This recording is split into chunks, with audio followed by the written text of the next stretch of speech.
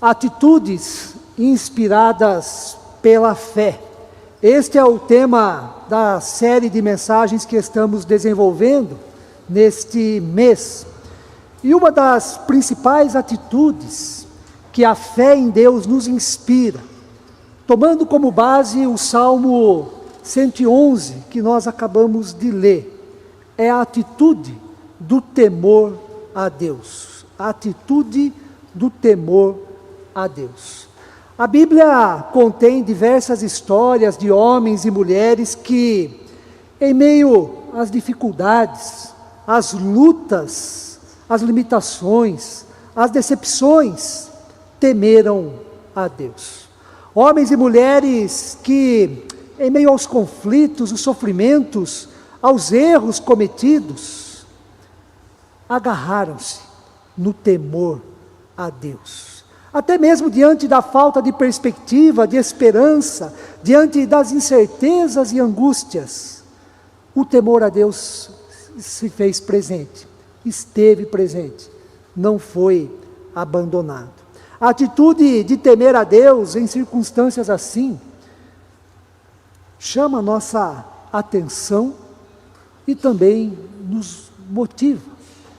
Homens e mulheres, diante do sofrimento, mantiveram-se firmes no temor a Deus. É bonita a vida, é bonita a história de quem teme a Deus, mesmo nos momentos difíceis e complicados da vida. Não é demais enfatizar que o temor a Deus não significa medo.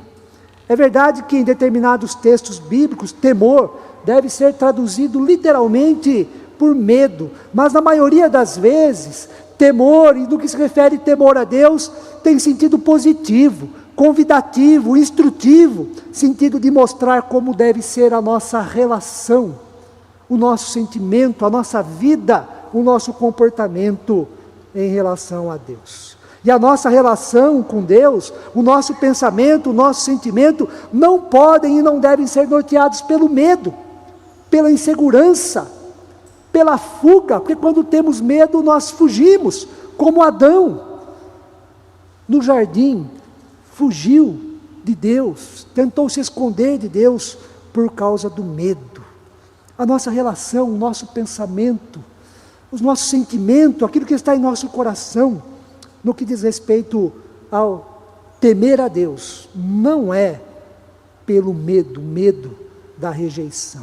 No que se refere a Deus, temor não é medo, não é viver inseguro, assustado, preocupado com o que pode ser a ira de Deus, a punição de Deus, o castigo de Deus. Sempre foi comum na história e em nossos dias não é diferente a pregação do Evangelho pautada e norteada pelo medo e pela ameaça. Às vezes é o medo do inferno, às vezes é o medo do castigo de Deus, a ameaça então de ser abandonado por Deus, de ser rejeitado por Deus, medo de não ter participado devidamente da campanha X, da corrente Y, ou por não seguir as leis que a igreja estabelece, leis que muitas vezes são mais humanas do que divinas. Em vez do medo, nossa fé e temor a Deus devem ser norteados, pautados, baseados no amor do próprio Deus para conosco. E por ser deste modo, é que João escreveu na sua primeira epístola, no capítulo 4, versículo 18, que o amor lança fora todo medo. Assim, escreve João, no amor não existe medo. Antes, o perfeito amor, que é de Deus, lança fora todo medo. Ora, o medo produz tormento. Logo, aquele que teme, aquele que tem medo, aquele que vive no medo e com medo de Deus, não é aperfeiçoado no amor, escreve João. Não há um termo em português que traduz ou expressa adequadamente o que é temor a Deus. O máximo que conseguimos indicar e nos aproximar é: temor significa reverência. Temor significa um profundo respeito, uma admiração elevada que nos leva à submissão e à rendição a Deus. Traduzir em palavras ou explicar o que é temor a Deus não está no âmbito da linguagem humana, da compreensão, da razão. Isto porque temor a Deus é uma experiência, uma profunda experiência.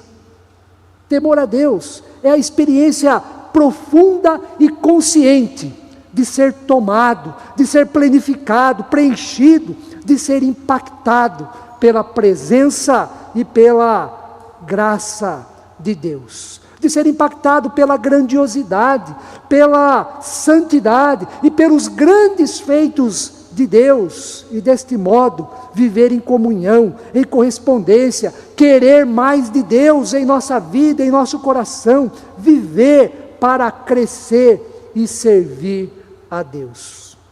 Quando falamos em temor a Deus, um dos versículos mais conhecidos e que se encontra em diferentes livros da Bíblia, em Provérbios, em Jó, em Deuteronômio e vários outros livros da Bíblia, é o versículo: o temor do Senhor é o princípio da sabedoria.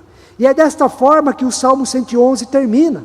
O 10º versículo, 10º e último versículo deste Salmo diz assim: o temor do Senhor é o princípio da sabedoria, revelam prudência todos os que o praticam.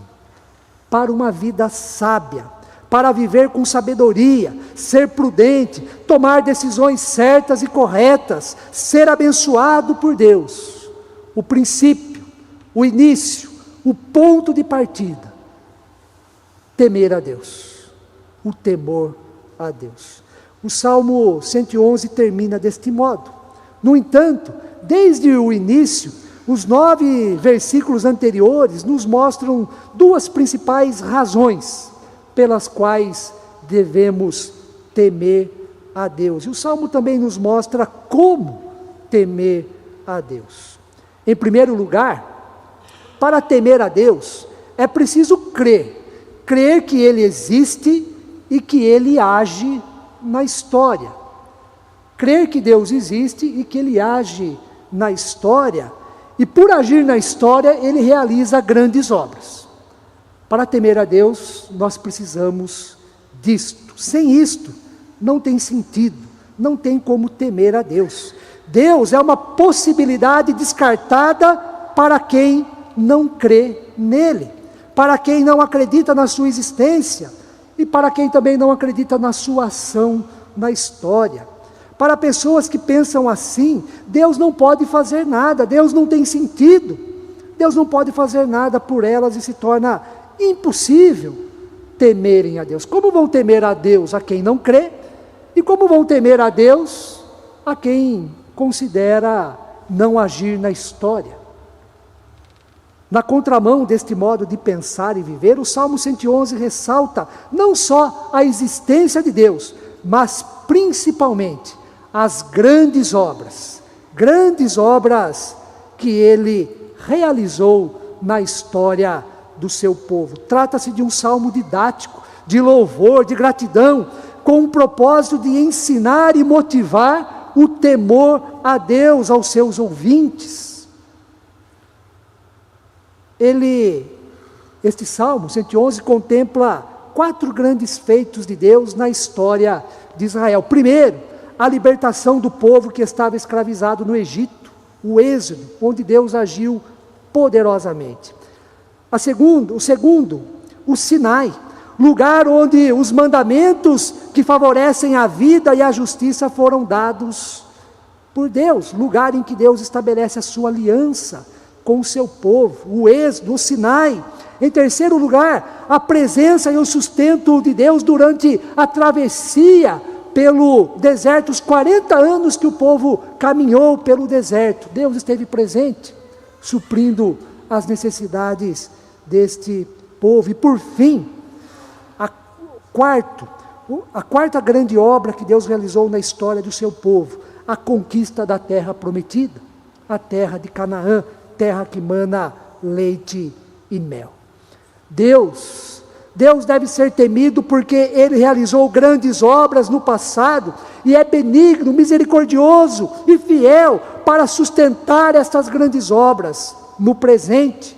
No 2º e 3º versículos do Salmo 111 nós lemos: grandes são as obras do Senhor, consideradas por todos os que nelas se comprazem, por todos os que nelas se alegram, se sentem realizados. Em suas obras há glória e majestade, e a sua justiça permanece para sempre. Para o autor do Salmo 111, Deus existe, é o Deus vivo e o responsável por obras notáveis que despertam admiração e despertam também o interesse do temor a Ele. Vejamos como estas 4 grandes obras realizadas por Deus na história do seu povo no Antigo Testamento aparecem no Salmo 111. No versículo 9, quando o salmista diz: enviou ao seu povo a redenção, está se referindo à libertação do Egito. Enviou ao seu povo a redenção, libertou o seu povo do Egito. No versículo 5, quando diz: dá sustento aos que o temem, o salmista está fazendo referência à peregrinação do deserto, quando Deus manifestou a sua provisão, ao alimentar o povo com o maná, e também alimentar o povo com as codornizes, e onde também Deus fez sair água da rocha, e transformou água amarga em água doce, em água potável. Nos versículos 7 e 8, quando o salmista diz: as obras de suas mãos são verdade e justiça, fiéis todos os seus preceitos, estáveis são eles para todo sempre, instituídos em fidelidade e retidão. O autor do Salmo 111 se refere aos mandamentos e às leis de Deus, fiéis todos os seus preceitos. Mandamentos e lei dados por Moisés, e também o salmista ressalta a aliança firmada por Deus, por meio de Moisés, para com o seu povo. Santo e tremendo é o seu nome, exclama o salmista. E por fim, no 6º versículo, quando o salmista diz: manifesta ao seu povo o poder das suas obras, dando-lhe herança das nações, dando-lhe a herança das nações. Ele se refere à conquista da terra de Canaã, cumprimento da promessa de Deus. Com as suas próprias forças, o povo não conquistaria a terra prometida, mas porque Deus estava à frente, foi dado ao povo a herança das nações, a terra de Canaã, terra que mana leite e mel. Para temer a Deus, é preciso crer que Ele existe e que Ele age na história, e ao agir na história, Deus é o autor das grandes obras na vida do seu povo. Em segundo lugar, para temer a Deus é preciso render graças ao Senhor de todo o coração. E eu chamo a atenção dos irmãos e irmãs aqui para essa expressão, de todo o coração. É deste modo que o Salmo 111 se inicia. Aleluia! De todo o coração renderei graças ao Senhor na companhia dos justos e na assembleia. O Salmo 111 é um salmo também de ação de graças. E não é a gratidão como mera formalidade. Não é a gratidão por educação. Quando alguém faz o bem para a gente, nós, muito obrigado. Formalidade, educação. Mas é a gratidão de todo o coração. É a gratidão que está introjetada em nosso ser, em nossa vida, em nosso coração, por aquilo que Deus é e as grandes obras que Ele realiza na história. E o lugar da gratidão é no templo, na companhia dos justos e na assembleia. Não é só uma gratidão particular, mas é a gratidão do povo de Deus, reunido, que se volta a Ele e canta, e ora, e age, e contribui para que a vontade de Deus seja realizada. No versículo 4, o salmista afirma: Ele fez memoráveis as suas maravilhas, benigno e misericordioso é o Senhor. Para que os grandes feitos de Deus não fossem esquecidos, pelo contrário, fossem sempre lembrados e ensinados, Deus mesmo instituiu o culto, o tabernáculo, lá no passado, o templo, lugar de adoração e de louvor a Deus. E também Deus instituiu as grandes festas, para que o seu povo festejasse e nunca se esquecesse das grandes obras que Ele realizou. As grandes festas com celebrações anuais. E é o que nós também realizamos na história desta igreja, da primeira igreja. Temos as nossas grandes festas ao longo do ano para lembrar, para não nos esquecermos, para agradecer, para adorar a Deus pelos grandes feitos na história do seu povo, na história da nossa vida. Creio que todos nós aqui temos um testemunho bonito, comovente, importante, relevante, da manifestação da graça, do poder, do cuidado de Deus. É por isso que nós estamos aqui e nos voltamos a Deus com alegria e também com gratidão. Mesmo diante das falhas, dos pecados, dos desvios e da infidelidade do povo no passado e nossa hoje, mediante o arrependimento, Deus era fiel à sua aliança, Deus permanece fiel à sua aliança, restaura a sua aliança, pois o salmista diz, Ele é benigno e também misericordioso. Para concluir, por que temer a Deus? O Salmo 111 nos dá a resposta, porque Ele existe. Ele é o Deus vivo, poderoso, benigno, misericordioso e fiel, diferente de todos os ídolos que nós criamos. Por que temer a Deus? Ele existe e Ele age na história do seu povo e na história da nossa vida. E Ele é autor de grandes obras. E a questão que fica, e que o Salmo 111 também nos ajuda, é como? Já que eu preciso temer a Deus é bíblico, é importante, é relevante, como? Como que eu faço isso? Em primeiro lugar, por meio da adoração comunitária. O Salmo 111 é um salmo de louvor. Louvor é a adoração que prestamos a Deus por meio do culto. É servir na casa do Senhor, no templo, na companhia dos justos e na assembleia.